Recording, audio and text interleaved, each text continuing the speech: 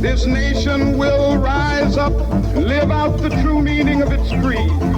I don't ambition power, money, nothing, only to serve my country. Right in the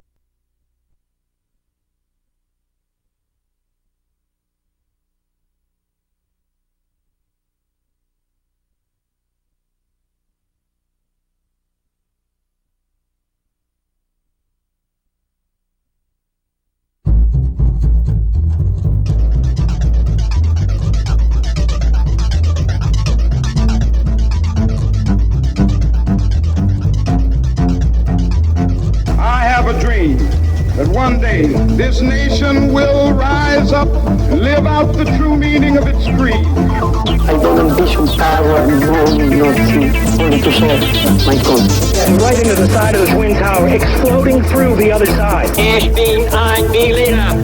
Premier Khrushchev has sent a message to President Kennedy today. December 7th, 1941.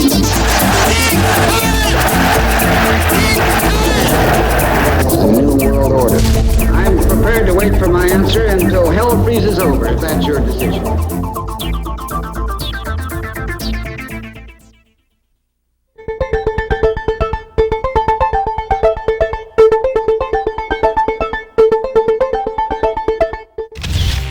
A nation can survive its fools and even the ambitious, but it cannot survive treason from within. Over the years, even the most naive American has had a suspicion that there must be a reason why, most of the time, our government helps our enemies and betrays our friends. Just a handful of scholars have seriously studied the subject. The ones who have done it have concluded that the US government has been hijacked by a group of rich, powerful individuals who have been using it to advance their own private interests. This group has been called different names: the power elite, the insiders, the secret team, the shadow government, the usurpers, the invisible government. Several authors have studied the invisible government of the United States. Probably the most known are David Wise and Thomas B. Ross, whose book The Invisible Government became a bestseller in 1964. According to these authors, a few opportunistic CIA officers created a splinter faction inside the CIA and put it to work for personal gain. Another attempt to bring government conspiracies to light was Bill Moyer's documentary, The Secret Government.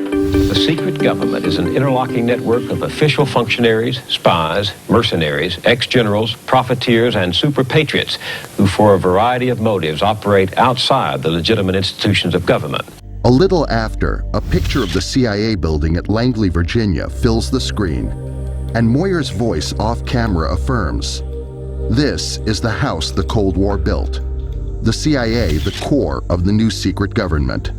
But both works, mistakenly or intentionally, point to the CIA and other intelligence agencies as the source of this secret or invisible government. In his excellent study of the CIA, The Secret Team, Fletcher Prouty explains how a group of CIA officers have managed, through the administration of selective information to the president and other government leaders, to gain virtual control of the US government. According to Prouty, the CIA is a great monstrous machine with tremendous and terrible power. Moreover, in an article Prouty wrote for the February 1986 issue of Freedom magazine, he further clarifies the issue. The CIA is the best friend of the top executives of America's biggest business, and it works for them at home and abroad. One of the few authors who early on pointed to the true source of the invisible government was Dan Smoot, in his book, The Invisible Government.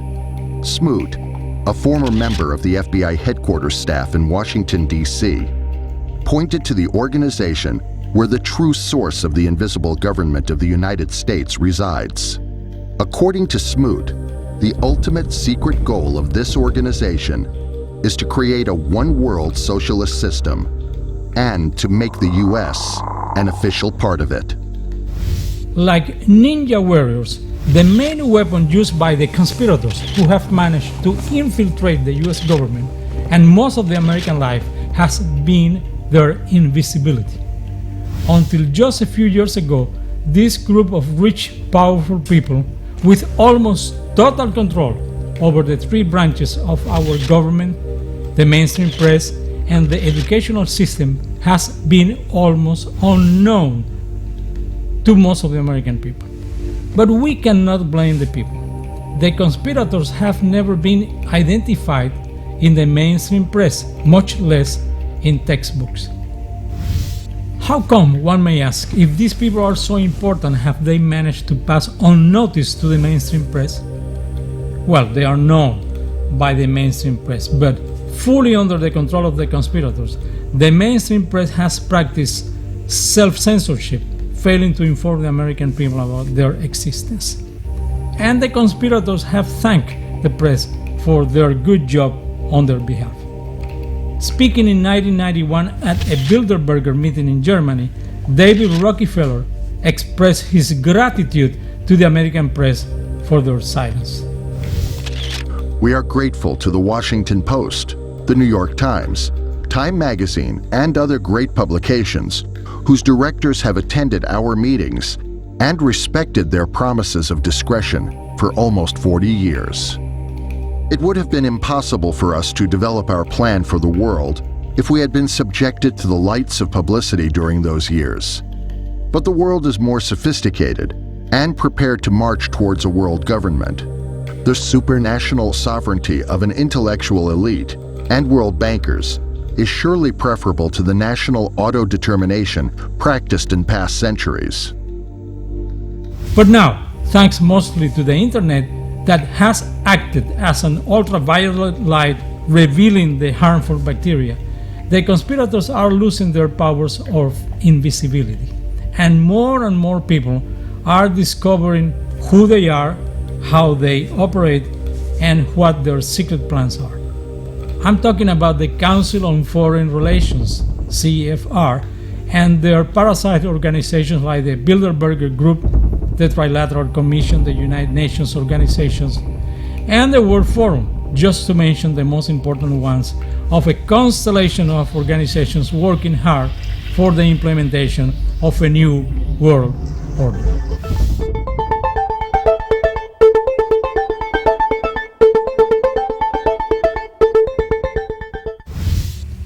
To the man on the street, forensics has to do with crime, autopsies, and the like.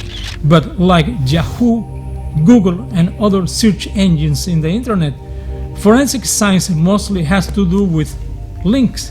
When a criminal commits a crime, the first thing she tries to do is to disguise, erase, or destroy all physical evidence linking her to the crime. The job of the forensic investigator consists of discovering these links and revealing the links between the crime and the criminal. The authors who first managed to point to the Council on Foreign Relations as the true center of the conspiracy discovered something amazing.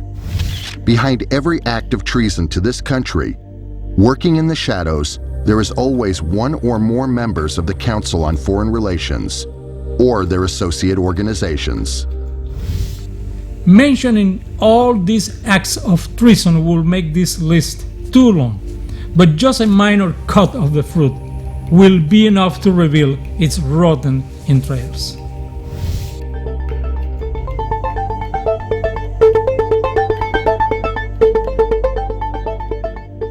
Cecil Rhodes establishes a secret society called the Circle of Initiates. Like most secret organizations, it had one individual or a very small group at its center. Lord Milner, an agent of the Rothschilds and the principal trustee of the Cecil Rhodes fortune, creates an outer circle to the Circle of Initiates. He names it the Association of Helpers, also called the Round Table Group. President Woodrow Wilson and his advisor, Colonel Edward Mandell House, illegally create the Federal Reserve Bank and the Internal Revenue Service. Both organizations are private corporations under the guise of U.S. government institutions. The Round Table is later transformed by Colonel Edward Mandell House, John Maynard Keynes, Arnold Toynbee, John Foster Dulles, and others into a publicly acknowledged formal council, now known as the Institute of International Affairs. The conspirators decide to break down the Institute of International Affairs into an American branch, the Council on Foreign Relations, and a British branch, the Royal Institute for International Affairs.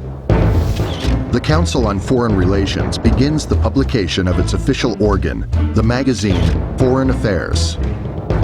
A few years later, the magazine becomes a sort of crystal ball, forecasting the direction where the U.S. and the world is heading to.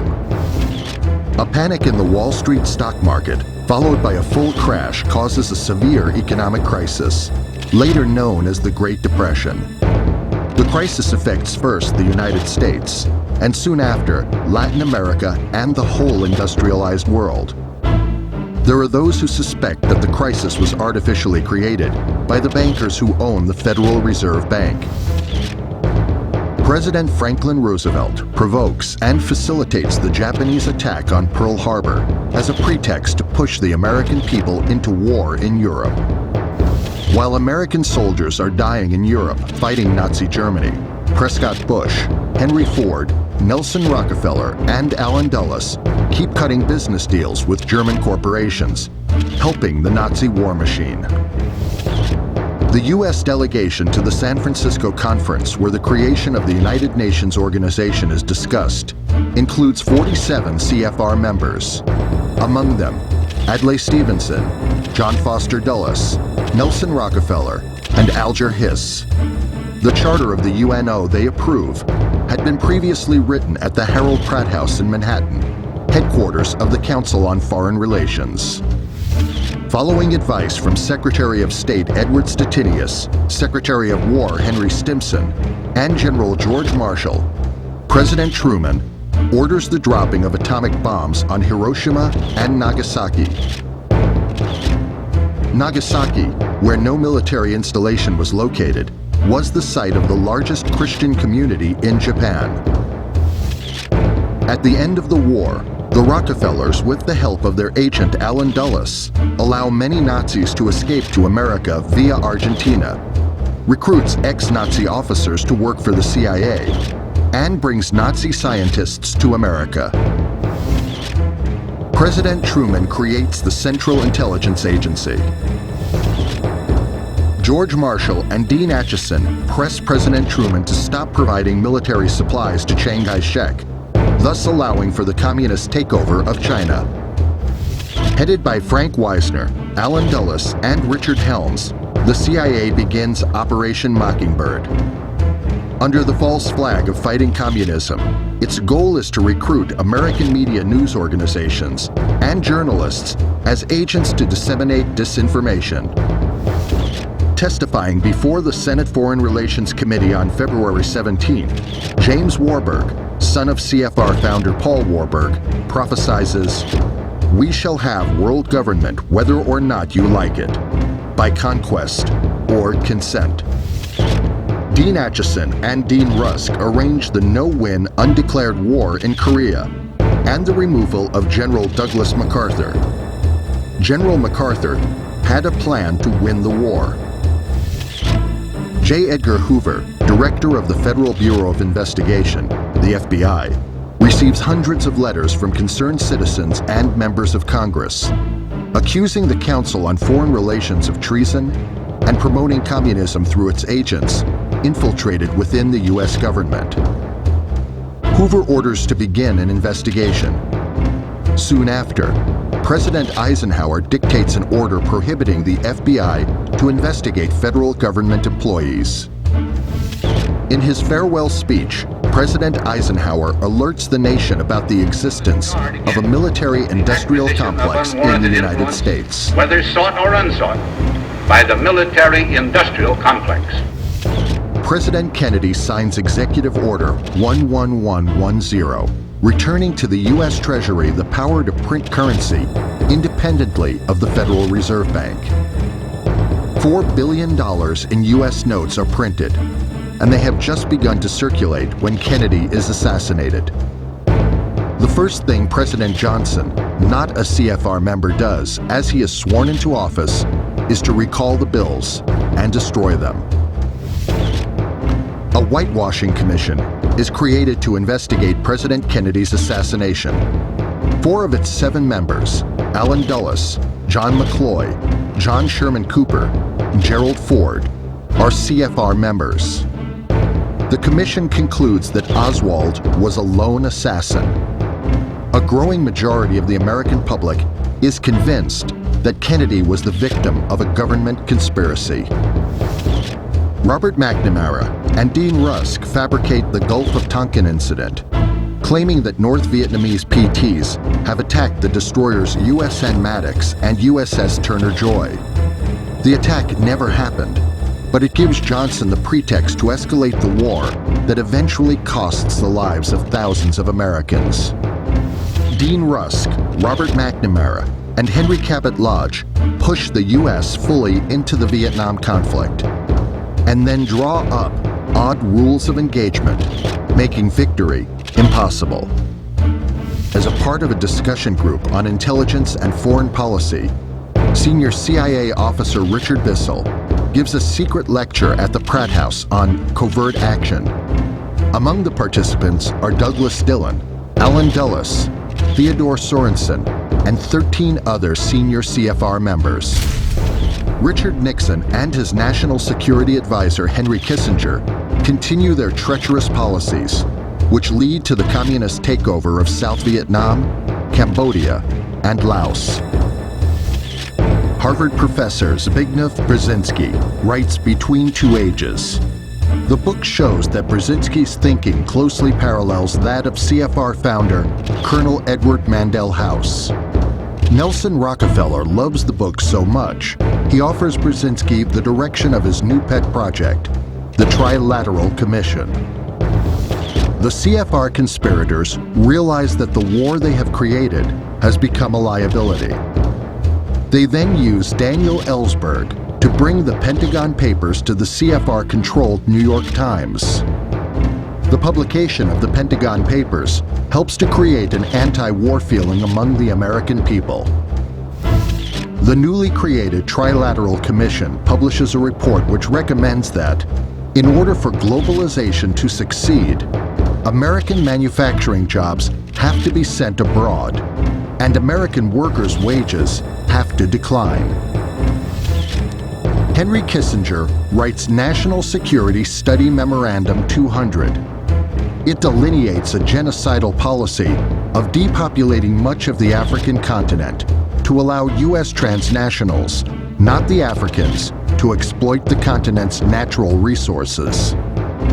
Following the advice of Zbigniew Brzezinski, Cyrus Vance, and Warren Christopher, the Jimmy Carter administration undermines U.S. allies in Iran and Nicaragua. Under President Reagan, not a CFR member, George Shultz, William J. Casey, and Malcolm Baldrige arrange U.S. foreign aid to Communist Romania, Communist Poland, and the USSR. They also obstruct the fight of anti-communists in El Salvador.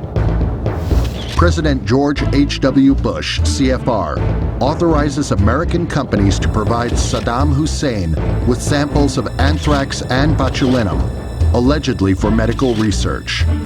A few years later, Hussein sent some of the samples to his friend, Fidel Castro.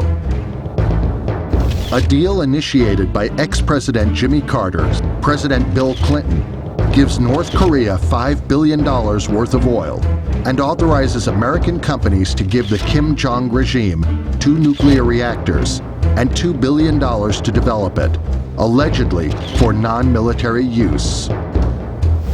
Incited by the U.S. government, Saddam Hussein launches a military attack against Kuwait, giving President George H.W. Bush the pretext for the Gulf War.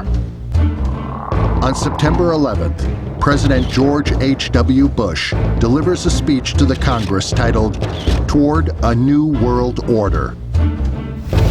During a recess of the meetings at the World Economic Forum in Davos, Switzerland, millionaire Maurice Strong CFR Trilateral, declares that the goal of a group of billionaires like himself is the collapse of industrial civilization. The CFR's annual report affirms, obviously the stage is being set in Europe, in the Soviet Union, in the Middle East, and elsewhere for a new world order. Writing in the Los Angeles Times about the U.S. Congress approval of the NAFTA agreement, Henry Kissinger states, "What Congress will have before it is not a conventional trade agreement, but the architecture of a new international system, a first step toward a new world order." The summer issue of CFR's organ, Foreign Affairs, publishes an article by Professor Samuel P. Huntington about the coming clash of civilizations, particularly between the Judeo-Christian and Muslim worlds. Threat of Islamic fundamentalists is discussed in one of the meetings of the World Economic Forum in Davos, Switzerland. Zbigniew Brzezinski, CFR Trilateral, writes The Grand Chessboard, American Primacy and Geostrategic Objectives, a book in which he warns about the coming terrorist threat. He cites a historical example of why a catastrophic event is needed to galvanize Americans against terrorism. The public supported America's engagement in World War II, largely because of the shock effect of the Japanese attack on Pearl Harbor. A group of so-called neocons, among them Richard Cheney, Paul Wolfowitz, Norman Potterz, Richard Pearl, Louis Scooter Libby, John Bolton, Elliot Abrams, and Robert Kagan, create the Project for a New American Century, which promotes a new era of American imperialism. In one of their initial documents, they mention the need of a Pearl Harbor-like catastrophic catalyzing event to galvanize public opinion in support of their plans. Following orders from President Clinton, CFR Trilateral, and with the support of Secretary of State Madeleine Albright, General Wesley Clark sends NATO troops to invade Kosovo, allowing the killing of hundreds of Serbian Christians by Muslims. The war directly benefits the Kosovo Liberation Army, a Muslim terrorist group with ties to Osama bin Laden. September 11th, President George W. Bush and his close advisors, among them Vice President Richard Cheney and Secretary of State Condoleezza Rice, allow the September 11th attacks to happen. Then Bush declares a long war on terrorism. Soon after, he dictates new laws, canceling habeas corpus and several other constitutional rights, and creates the Office of Homeland Security. President George W. Bush appoints Henry Kissinger to chair a commission to investigate the failure to detect and stop the 9/11 attacks. Faced with widespread negative reaction, Kissinger declines. Finally, Bush appoints a new commission, chaired by Thomas Keane, CFR, with Lee Hamilton as vice chair and members Jamie Gorelick and Philip Zelikoff. The commission produces a whitewash report in which everything is explained as the result of honest mistakes and lack of interagency communication. Ben S. Bernanke, the new president of the Federal Reserve Bank, admitted in 2002 that the Great Depression of 1929 to 1934 was artificially created by the bank. Under false pretenses, President George W. Bush orders the invasion of Iraq. Kissinger's protege, Paul Bremer, is appointed first colonial administrator of the country. Then, closely following the Korea and Vietnam cases, Bush draws up rules that tie American soldiers' hands behind their backs, thus making victory impossible. Very soon after, Iraq becomes a Vietnam-type quagmire. The Venezuelan people call for a referendum to recall Hugo Chavez. Ex-President Jimmy Carter, CFR Trilateral, offers his help to oversee the voting. Despite widespread cheating, Carter gives his approval to the election, legitimizing Chavez and consolidating him in power. President Bush opens the south border of the United States to a veritable invasion of Mexican workers. The poor illegal immigrants, whose only intention is finding a better way to live through hard work, ignore that they are pawns in a secret CFR plan to destroy sovereignty, as well as the economy of both Mexico and the United States.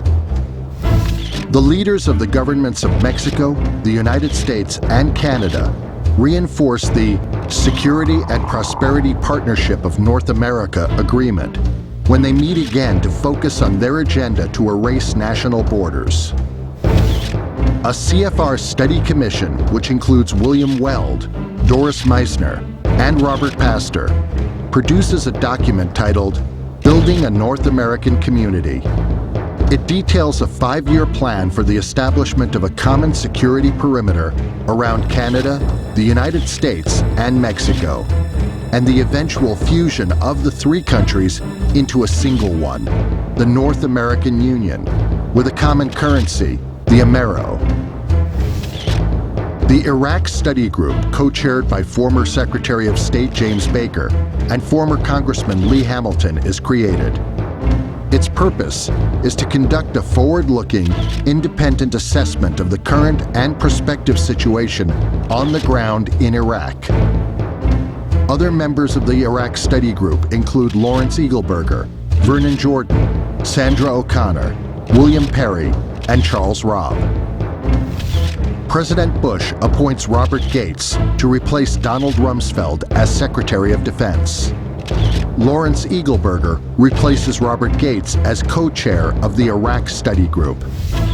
In a CFR-sponsored online debate, Michael Levy and Graham Allison discuss the possibility of detonation of a nuclear device in a major American city.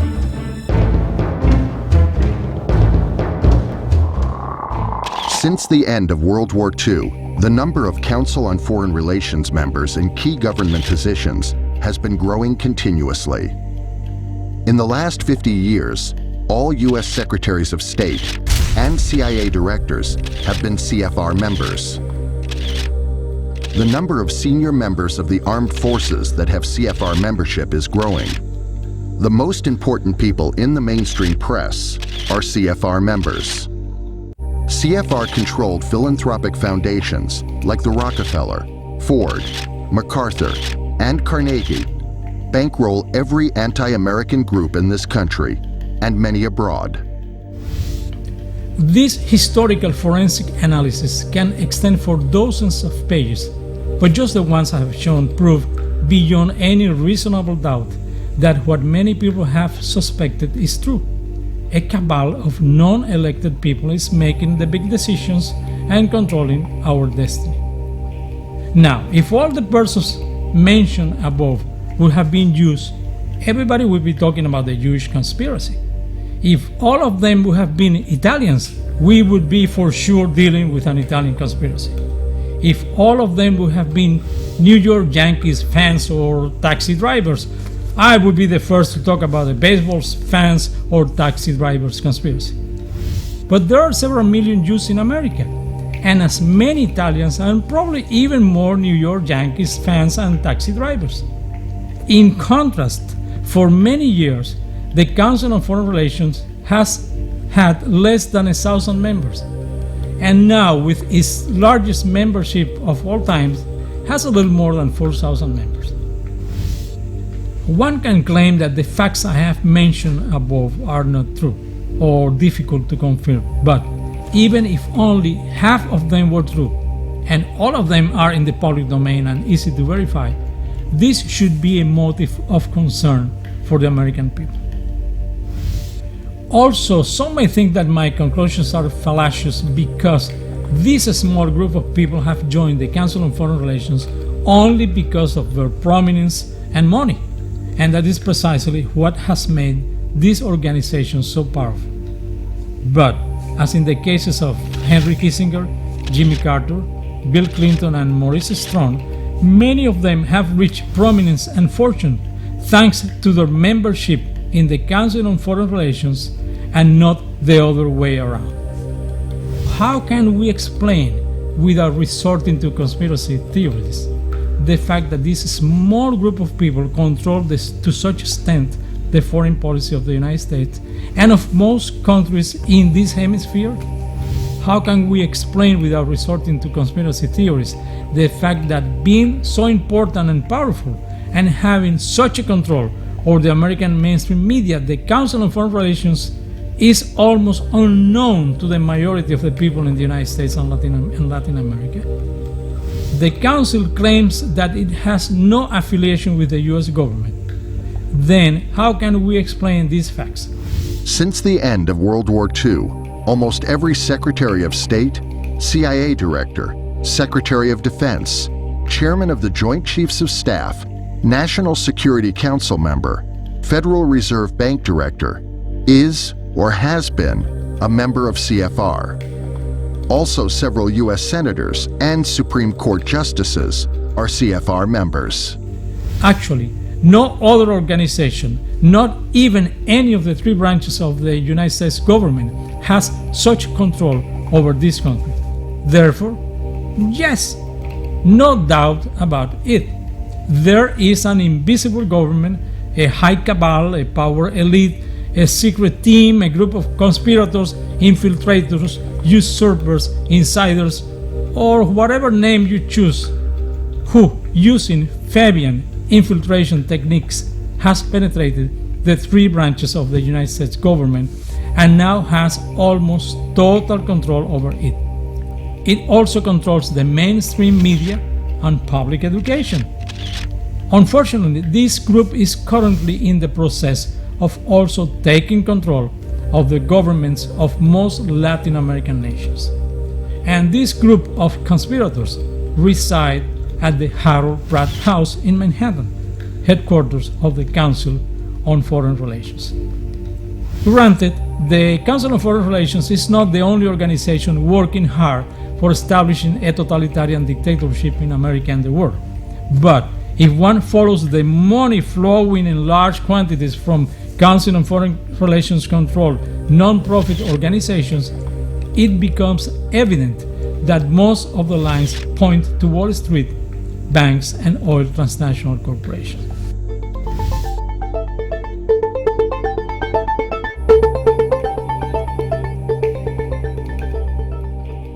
The Council on Foreign Relations is not a homogeneous group. It consists of a central nucleus and several concentric layers. The nucleus is formed by the Rockefellers and a select group of oil magnates and Wall Street bankers. They are the ones who actually control the organization and know its secret goals. I call these people the planners because they are the brains behind the organization. The central nucleus is surrounded by a thin ring of select individuals who enjoy the total confidence of the planners. This group actively participates in the implementation of the plans emanating from the central nucleus. They are the implementers. Notable among the implementers are Henry Kissinger, Zbigniew Brzezinski, Jimmy Carter, John McCloy, Robert McNamara, and Dean Rusk. The Dulles brothers, Colonel House, Sumner Wells, and Prescott Bush also belong to this group. Add to this circle Bush's father and son, as well as Bill and Hillary Clinton. This internal ring is surrounded by another ring, a little wider, formed by a large group of opportunistic and unscrupulous individuals who have managed to infiltrate and control both the Republican and the Democratic parties, as well as the executive branch of the United States government and most of the Congress, the judges, the mainstream media, the system of public education, the universities, and the armed forces of this country. These are the executors because their role is to execute the plans emanating from the central nucleus. Most of these people have gained their power and influence thanks to their membership in the Council. Typical executors are Colin Powell and Madeleine Albright. The Council on Foreign Relations has infiltrated the United States government to the point that it currently is a branch of the CFR. In the past 40 years, most of American presidents, vice presidents, secretaries of state, CIA directors, Supreme Court judges, and high-ranking Pentagon officers belong to these groups of CFR implementers and executors.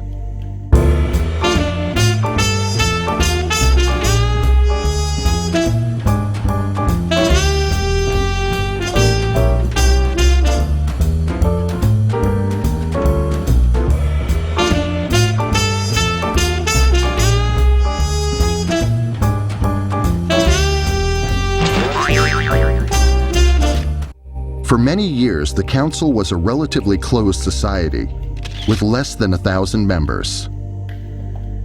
About 30 years ago, they decided to widen the circle, attracting a large group of individuals from broader spectrums of the American society.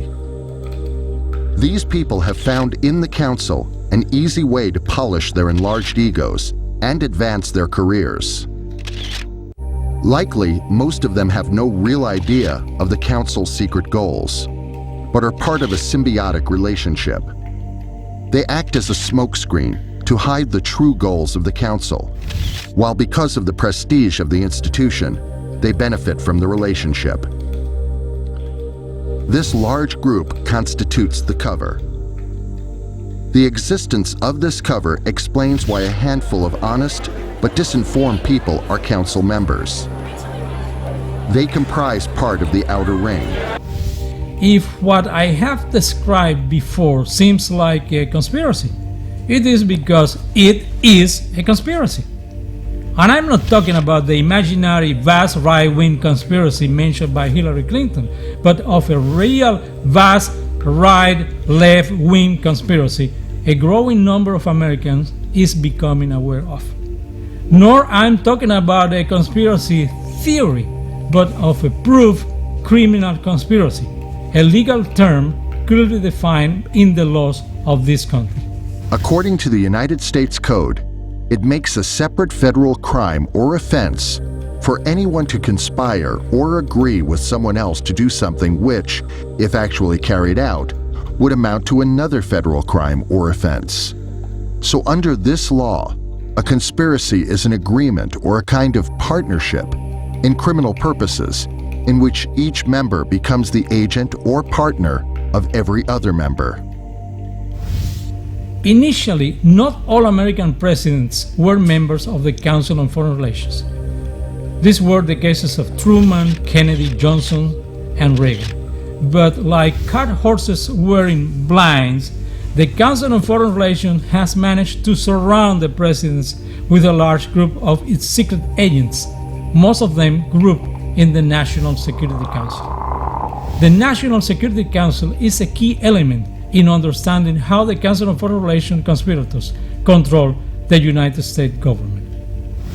It was thanks to the efforts of Council on Foreign Relations secret agents infiltrated in the US government that President Truman approved the creation of the National Security Council in 1947. It was supposed to be a tool to manage the military, intelligence, and foreign policy areas of the US government.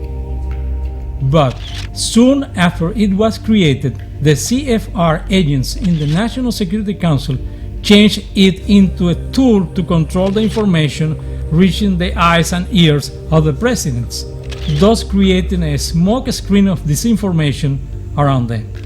This guarantees that their policy decisions are the ones already made at the Harold Pratt House.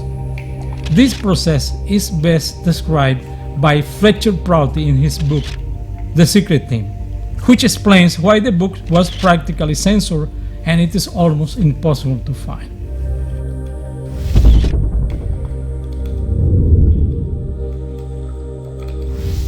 To make things easier, the CFR created the concept of president's plausible denial, a euphemism for president's ignorance.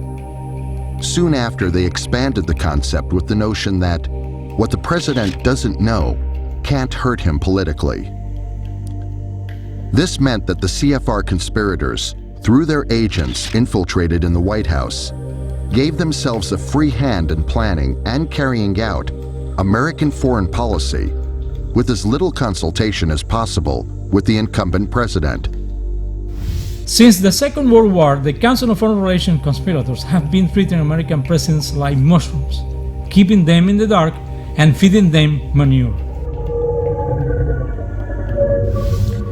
But probably the best example of an American president on blinds was John F. Kennedy. This curtain of disinformation around the U.S. presidents explains why even the few presidents who were not CFR agents have unknowingly advanced the goals of the CFR planners. In the same fashion, dozens of books written by Council on Foreign Relations members have advanced the notion that it was President Kennedy who actually had the idea of changing the invasion point from Trinidad to the Bay of Pigs. Now we know for sure that Kennedy ordered the fateful change because Secretary of State Dean Rusk and presidential assistants McGeorge Bundy and James Schlesinger, all of them CFR members, persuaded him to do so. Ronald Reagan, a true conservative who was not a CFR member, was an idealist and a true believer. He was convinced that his main role as American president was liberating the world from atheist communism, which he called the evil empire. Without waiting for the conspirators' approval, he began acting to destroy it. He was the target of an assassination attempt that almost cost him his life. To avoid this type of surprises, after Reagan, not only have all American presidents been members of the Council on Foreign Relations, but also all the candidates running for both factions of the Republican Party.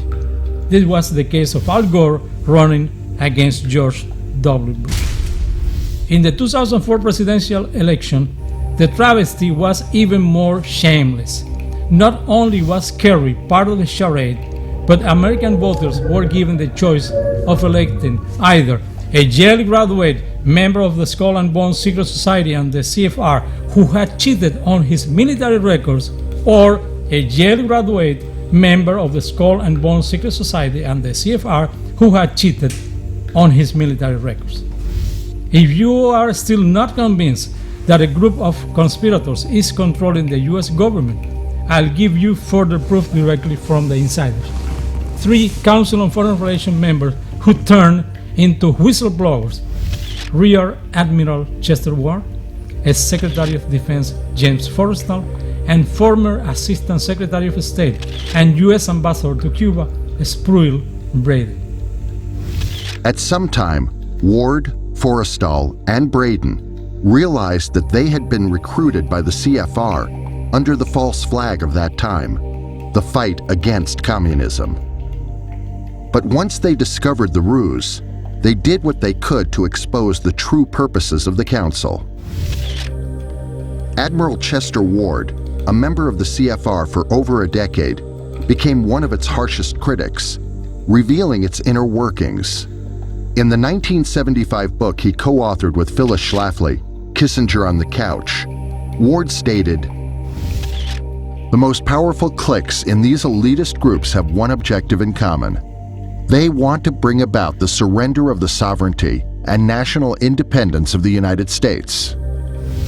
Another whistleblower was James Forrestal, America's first Secretary of Defense. Forrestal was one of the earliest and strongest promoters of what was soon to be known as the Cold War. But he became very dismayed when he witnessed the deliberate refusal of the United States to win World War II, 2 full years before the hostilities ended. Forrestal saw how, as the result of a secret agreement between Roosevelt and Churchill, concocted by CFR conspirators, the U.S. rearmed Russia with Lend-Lease war materials, and then waited until Russia marched into Berlin and captured all of Eastern Europe. Forrestal was so upset with these events that he stated, "Consistency has never been a mark of stupidity. These men are not incompetent or stupid. If they were merely stupid, they would occasionally make a mistake in our favor." Soon after, under suspicious circumstances, Forrestal allegedly committed suicide. The third CFR whistleblower was Spruill Braden, former Assistant Secretary of State and ex-U.S. Ambassador to Cuba. On April 5, 1954, Renee Wormser, General Counsel for the U.S. House of Representatives, Special Committee to Investigate Tax-Exempt Foundations, wrote to Spruill Braden concerning the Carnegie, Rockefeller, and Ford Foundations and the Rhodes Scholarship Trust. On April 10, 1954, Braden answered, "I have the very definite feeling that these various foundations you mention do exercise both overt and covert influences on our foreign relations, and that their influences are counter to the fundamental principles on which this nation was founded and have made it great." But undoubtedly, the most important CFR whistleblower of all times was Carroll Quigley, an obscure professor at Georgetown University. Not many Americans had heard about Quigley until President Clinton mentioned him in his speech. Carroll Quigley represents a key element in proving the existence of this conspiracy because he was an insider who enjoyed the confidence of the conspirators, and Quigley wrote about the conspiracy. But Quigley blew the whistle on the CFR conspirators not because he disagreed with their agenda. Contrary to Ward, Forrestal, and Braden, the naive professor believed that the conspirators' secret machinations only deserved praise and should be made known to the American public. In his book, Tragedy and Hope, Quigley wrote about the existence of this conspiracy in very friendly and clear terms. There does exist, and has existed for a generation, an international Anglophile network which operates to some extent in the way the radical right believes the Communists act. In fact, this network has no aversion to cooperating with the Communists or any other groups, and frequently does so. The Council on Foreign Relations is the American branch of this network, and believes national boundaries should be obliterated and one world rule established. An objection could be made that if this group of conspirators is so secret, how come they authorized Quigley to publish a book exposing its existence? Well, it seems that they didn't authorize it. Quigley, who had no objections to their secret machinations, took the liberty of publishing the book without their authorization. You already know his reason. He admired the conspirators so much that he believed their job should be known by the American people. Big mistake by the naive professor. Quigley's Tragedy and Hope was first published in 1966, but just a few weeks after the book appeared in the bookstores, the remaining unsold copies were withdrawn and the publisher refused to do a new printing because the negative had been destroyed by mistake. Since the publication of the book, Quigley's fortunes quickly turned sour. Perhaps a key to the source of his misfortunes is an article about Quigley published in the Washington Post in March 1975. The article was titled, "The Professor Who Knew Too Much." 2 years later, Professor Quigley passed away in obscurity. Some people speculate that he died under strange circumstances. Need more proof about the existence of this conspiracy? I have it for you. This is right from the horse's mouth, David Rockefeller himself. On page 405 of his memoirs, published in 2002, David says, "For more than a century, ideological extremists at either end of the political spectrum have seized upon well-publicized incidents, such as my encounter with Castro to attack the Rockefeller family, for the inordinate influence they claim we wield over American political and economic institutions. Some even believe we are part of a secret cabal working against the best interests of the United States, characterizing my family and me as internationalists, and of conspiring with others around the world to build a more integrated political and economic structure. One world, if you will. If that's the charge, I stand guilty, And I am proud of it. So, David Rockefeller himself, through his own words, confessed that the Rockefeller family wields an inordinate influence over American political and economic institutions. He has had a private encounter with Castro. The Rockefellers are part of a secret cabal against the best interests of the United States. They are internationalists. They conspire with others around the world to build a one world, also called the New World Order. He's guilty of this and proud of it. Of course, in his arrogance, David, like most tyrants and dictators, sees himself as a benevolent father figure, a sort of big brother working behind the scenes to make a better world for the rest of us. But this image, as I will show you in this documentary, is highly deceitful. Oh, and about the encounters with Fidel Castro, I will show you that there is more than meets the eye.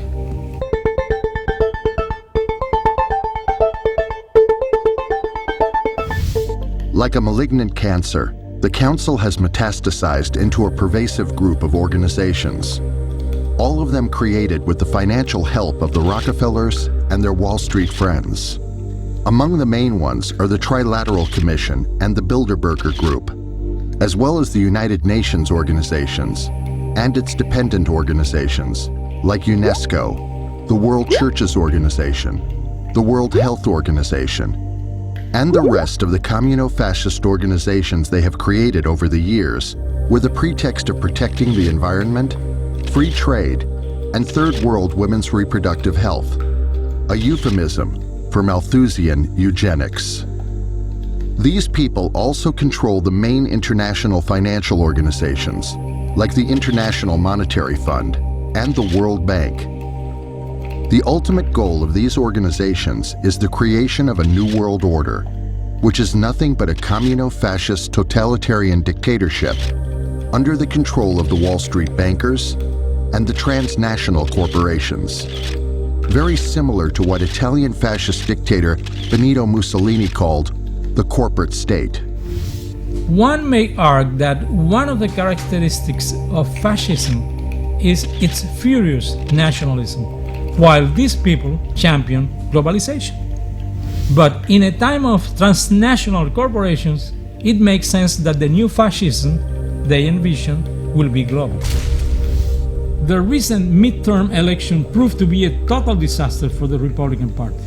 According to most political analysts, the election was actually a referendum on President George W. Bush. Contrary to the common wisdom that midterm elections are dominated by local politics, the main reason for this Republican defeat was Bush's performance on foreign policy, particularly in the war with Iraq and the fight against terrorism. Addressing a Montreal audience last October, Pulitzer-winning journalist Seymour Hersh got close to the source of the problem when he hinted. The responsibility for the invasion of Iraq lies with 8 or 9 members of the administration who have a neo-conservative agenda and dictate the U.S.'s post-September 11th foreign policy. Hersh said, "How fragile is democracy in America if a president can come in with an agenda controlled by a few cultists?" What the American people ignores, and Hersh failed to mention, is that most members of the neocon think tank dictating the Bush administration foreign policy, Paul Wolfowitz, Norman Podhoretz, Elliot Abrams, Richard Perley, Jean Kirkpatrick, Max Booth, Irving Kristol, Robert Kagan, and Peter Rodman, and their most prominent supporters inside the administration by President Dick Cheney, Secretary of State Condoleezza Rice, and ex-Defense Secretary Donald Rumsfeld, not to mention President George W. Bush himself, are members of the Council on Foreign Relations. Contrary to what the disinformers and brainwashers want us to believe, Bush, like the presidents before him, has absolutely no control over any key foreign policy issue or any other issue, foreign or domestic for that matter. Vital things in this country are not decided by our presidents, but by Wall Street bankers and owners of oil transnationals at the secret meetings of the Council on Foreign Relations. A key to understanding where the true source of power resides in the U.S. is the fact that the recognized architects of the U.S. foreign policy are not American presidents, but a small group of men which became known as the Wise Men. They are Robert Lovett, John McCloy, Averell Harriman, Charles Bolin, George Kennan, and Dean Acheson. Except Lovett, all of them were members of the Council on Foreign Relations. Lovett was not a CFR member, but like President George W. Bush and John Kerry, he was a member of the Skull and Bones Secret Society.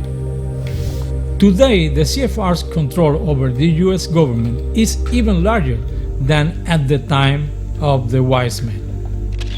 The day after the 2004 elections, President George W. Bush announced that he has accepted the resignation of Defense Secretary Donald Rumsfeld, CFR. Later, it was known that he had nominated ex-CIA Director Robert Gates, CFR, to substitute Rumsfeld. Just a few months before the election, at the urging of Congress, the United States Institute of Peace created a bipartisan Iraq study group. Co-chaired by former Secretary of State James Baker, CFR, and former Congressman Lee Hamilton, CFR. The purpose of the Iraq Study Group was to conduct a forward-looking, independent assessment of the current and prospective situation on the ground in Iraq. Other members of the Iraq Study Group include Lawrence Eagleburger, CFR, Vernon Jordan, CFR, Sandra O'Connor, CFR, William Perry, CFR, and Charles Robb, CFR. But if the results of previous CFR control commissions serve as a guide, I suggest that you don't expect too much from this one. On November 10, 2006, Eagleburger, CFR, replaced Gates, CFR, as a co-chair of the Iraq Study Group. Gates resigned in a conversation with Baker, explaining that he felt he could no longer serve on the Iraq Study Group after President George W. Bush announced his nomination as Secretary of Defense. The CFR's game of musical chairs goes on and on. The brainwashed American public went to the polls with the wrong belief that by bringing the Democratic faction of the Republican Party to power, things would change for the better. They were wrong. Once more, Americans have been shortchanged. After taking control of Congress, members of the Democratic faction of the Republican Party are talking about a new direction in American domestic and foreign policy. If there is any appreciable change, it will be a tactical one, just enough to make gullible Americans believe that there has been a true change. But the CFR's secret agents, infiltrated in both factions of the Republican Party, will guarantee that the overall strategic goal will continue being the same: destroying this country as we know it, and bringing about the communo-fascist tyranny of the New World Order. You can bet that in the coming presidential election in 2008, the Democratic candidate elected will be a member of the Council on Foreign Relations. And this president will appoint even more CFR members to key government positions than previous presidents. And no serious non-CFR controlled commissions to investigate the 9/11 events will be created. And the borders will remain open, and the process of changing the U.S. into a third world country will continue uninterrupted. And things, as usual, will keep going from bad to worse. And the president American voters will elect in 2008 most likely will be the last president of the United States of America as a sovereign nation. Soon after, the United States of America will disappear as a sovereign country after fusing itself with Canada and Mexico into the new North American Union. If an unfriendly foreign power had carried out against the United States the actions carried out by the Wall Street bankers and oil magnates entrenched at the CFR, we might well have considered it an act of war.